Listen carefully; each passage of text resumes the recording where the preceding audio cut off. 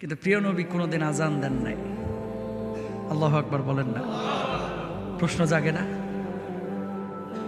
যে আজান দিয়ে মানুষকে নামাজের জন্য ডাকা হয়, এ আজান নবীজি কোনোদিন দেন নাই, কেন হুজুর? এটা আবার কেমনে কথা, কেমনে সম্ভব? নবীজি কেন কোনোদিন আজান দিল না? আল্লাহর নবী স্পেসিফিক নিজে কোনোদিন বলেন নাই এই কারণে আমি আজান দেই নাই, কিন্তু মুহাদ্দিসিনরা যারা গবেষক ওনারা রিসার্চ করে কয়েকটা বিষয় বের করেছেন এবং এটাই বাস্তব।